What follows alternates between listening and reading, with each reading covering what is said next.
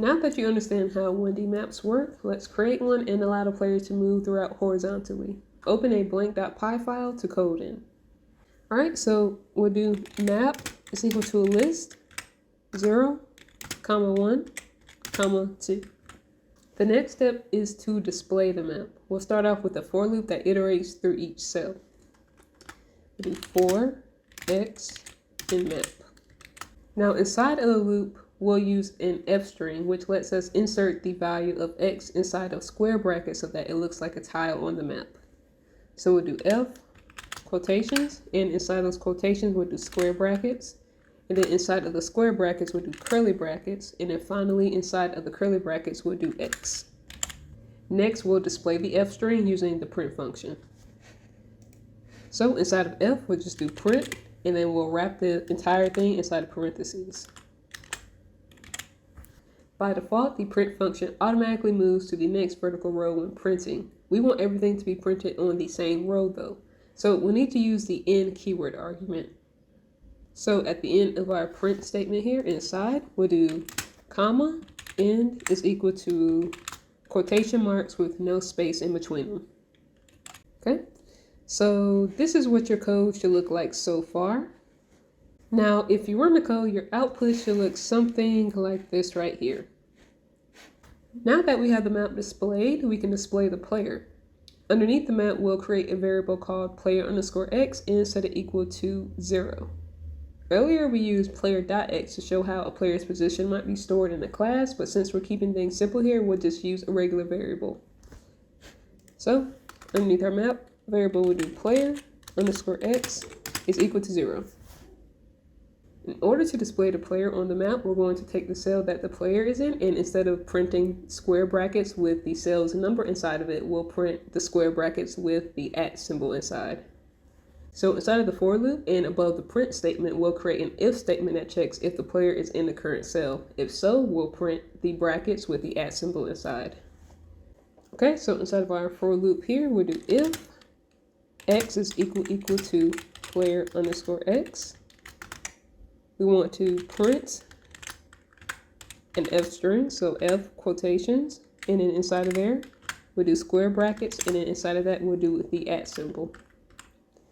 And then again, we have to use our end argument, like so. Okay, so if the player isn't in the current cell, we'll use an else statement to print the cell's number instead. So now let's add an else statement below the if, and inside of the else statement, we'll print the regular cell instead. So underneath our if statement, we'll do else. And then since we already have it typed out here, we can just bring this up and then indent our print statement from before over. So this is what your complete code should look like for this section so far. So now when you run the code, you'll notice that the @ symbol or our player is in cell 0 here. And that's because that's what our player_x variable is set to. And so now, so if I change it to 1 and run the code again, you'll see that the @ symbol is now in section or cell 1. And then finally, if I change it to player_x is equal to 2 and run the code again, you'll see that the player or the @ symbol is now in cell 2. Okay, so finally we can implement player movement and allow the player to move left and right on the map. To do this, we'll use a while loop. A while loop runs over and over again as long as its condition is true. In our case, we'll use while true, which means that the loop will repeat forever until we manually stop it. This allows the game to continuously update the map and respond to player input. Like I just did here, underneath your player_x, we're going to do while true. Next, we're going to indent this for loop underneath our while true statement. So I'm just going to move it up here, highlight it, and then hit tab. Because the print statements inside of the for loop use the end keyword to stay on the same row, we have to force the program to go to the next row. So we'll call another print statement outside of the for loop. So we'll just go down here and we'll do print, like so. Now, in order for the player character to move, the player has to give some type of input. We can use the input statement to get the game to wait for input from the player. So underneath here, we'll do command or CMD is equal to input. And then inside of input, we'll do a string, we'll do 2 dashes, and we'll do an arrow, like so. The player can type in anything, but we only want the game to react when they type specific commands, like L for left, or R to move right, or even Q to quit. We can use the if statement to determine what happens next. The player needs the ability to quit and exit the loop, so we'll check if the player entered the letter Q. If they did, we'll exit the while loop and quit the game by using the break statement. So underneath command here, we'll do if command is equal to the letter Q. Inside, we'll break. Now we can allow the player to move left by checking if they entered the letter L. As you know, moving the player left involves subtracting their current position by 1. But if they're at position 0 when they move, the player will move off the map. To prevent the player from moving off the map, we'll only allow left movement if player_x is greater than 0. We combine this with a check for the L command using else if. Since we already have an if statement, we'll use an else if statement instead.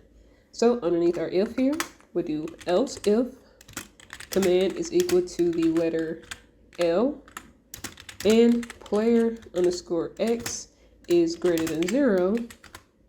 You want to do player_x minus equal 1, or we just want to subtract 1 from the player_x position.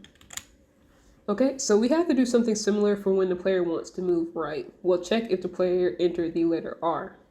Now, in order to move the player right, we have to increase their position by 1, which is fine until they reach the other end of the map.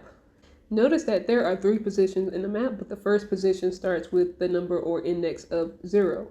We can use this to check if the player_x is less than the length of the map minus 1 in the statement. We'll need another else if statement, of course. So underneath here, we'll do else if command is equal to the letter R and player_x is less than the length of the map minus 1. Okay, so if all that is true, then we want to do player_x plus equal 1. Okay, so this is what your complete code should look like right here. Okay, so if you run the code, you'll notice that we have our player in position 0 here. And if I type in R and then hit enter, you'll see that we have now moved right into the 1 position. And I'll type in R one more time, and now we're in the 2 position. Now if I type R again, you'll see that we are still in the 2 position because we prevented the player from moving off map. So now I'm just going to move left again. Now we're in 1, left again, now we're in 0, and I'm gonna try and move left. Okay, now we're still in tile 0 because again, we prevented the player from moving off map. And now finally, we'll just do Q for quit, and that's pretty much it for the program. Okay, so congratulations, you just built a working 1D map system using Python. You learned how to represent a 1D map with a list, display the map in the console, place a player on the map, and then move the player left and right using input. And these are the exact building blocks behind many game systems. And now you know how they work underneath the hood. Thank you for taking a look at this mini course, and thank you for your time.